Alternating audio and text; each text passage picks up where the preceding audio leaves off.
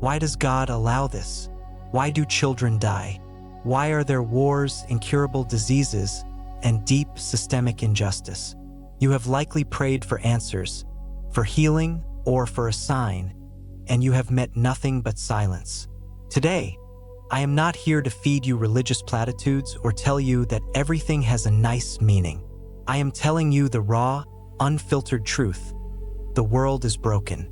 The Bible offers no cheap, easy answers to the reality of suffering, but it does lay the cards on the table.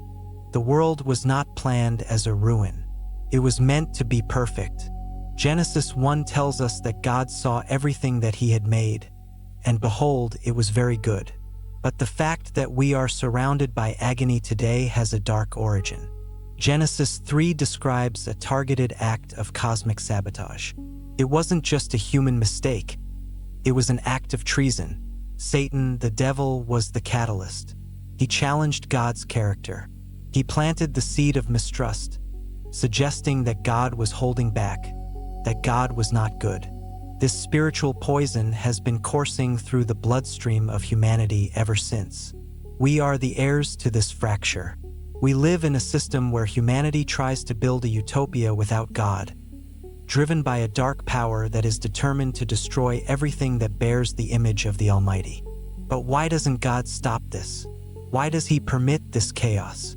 The answer lies in a concept that is profoundly misunderstood: the sanctity of freedom. God did not create us as sophisticated robots. He created us as free moral agents. Think about it. Love that is forced is not love, it is slavery. Trust that cannot be refused is not trust, it is submission. To have a real relationship with his creation, God had to grant us the capacity to choose the good or to reject it. Freedom carries a brutal, staggering price. If God were to eliminate every murderer or tyrant the moment they harbored an evil thought, he would be stripping us of our humanity. We would be puppets on strings. The suffering we witness today is often the cruel, direct echo of humanity's decision to emancipate itself from the authority of God. There is a deeper spiritual layer to this. Look at the book of Job. Chapters 1 and 2 reveal a cosmic courtroom. Satan is actively questioning God's right to rule. He challenges the Almighty, claiming that people only serve God as long as their lives are easy and prosperous. He argues that humanity does not need God to be successful. This accusation has been echoing in the halls of existence since Eden. God is granting this world a deadline.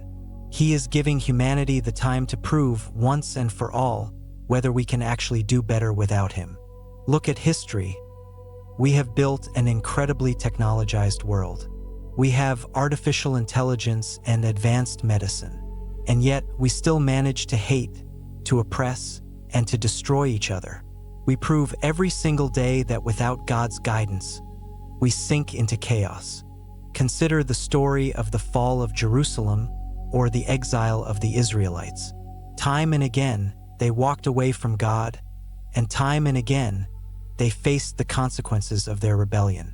It was not God who abandoned them. It was they who abandoned the source of life. And what happened? They suffered. They were conquered. They cried out. And what did God do? He allowed them to live through the consequences of their choices so that they might eventually learn that he is the only refuge. But God did not just step back and watch. He entered into the suffering. In the person of Jesus Christ, God became a victim of the very human cruelty that we are talking about. He suffered, he was betrayed, and he was executed. This is the cornerstone of our faith. The God who rules the universe is the same God who hung on a cross. He didn't just ignore our suffering, he absorbed it. When Jesus stood before the tomb of Lazarus and wept, he showed us that God is not indifferent to our grief. He feels the sting of death even more deeply than we do. So, what do you do when the storm hits you personally? The book of Job is not a manual for quick explanations. Job does not get a polite answer to his why.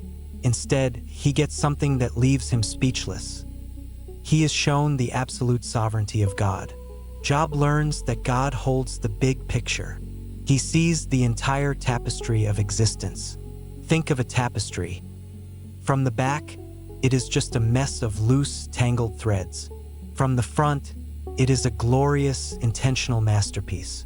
We are currently looking at the back of the tapestry. We only see the chaos, but God, who sees the front, knows exactly what He is weaving. You might ask, is it wrong to be angry at God? Look at the Psalms. David, the man after God's own heart, cried out to God in his rage and his grief. He said, "How long, O Lord? Will you forget me forever?" He was brutally honest. God can handle your honesty. Don't suppress it. Take your anger to Him. The danger is not being angry. The danger is turning away from the only one who can offer a way out. Look at the history of the apostles. They were persecuted, tortured, and killed for their faith. Did they regret their choice to follow God? No. Paul wrote from a prison cell that the sufferings of this present time are not worthy to be compared with the glory which shall be revealed in us. He understood that this life is not the end. The Bible ends with a promise that stands unshakable. And God shall wipe away all tears from their eyes, and there shall be no more death, neither sorrow nor crying, neither shall there be any more pain, for the former things are passed away. This is not empty consolation. This is the harsh, certain hope of the gospel. The ultimate end of history is the establishment of God's kingdom. You have the choice now. Either you let yourself be buried by the chaos of this falling world, or you hold firmly to that hope. The choice is yours. Will you continue to blame, or will you start to trust? The world offers you despair. God offers you a future.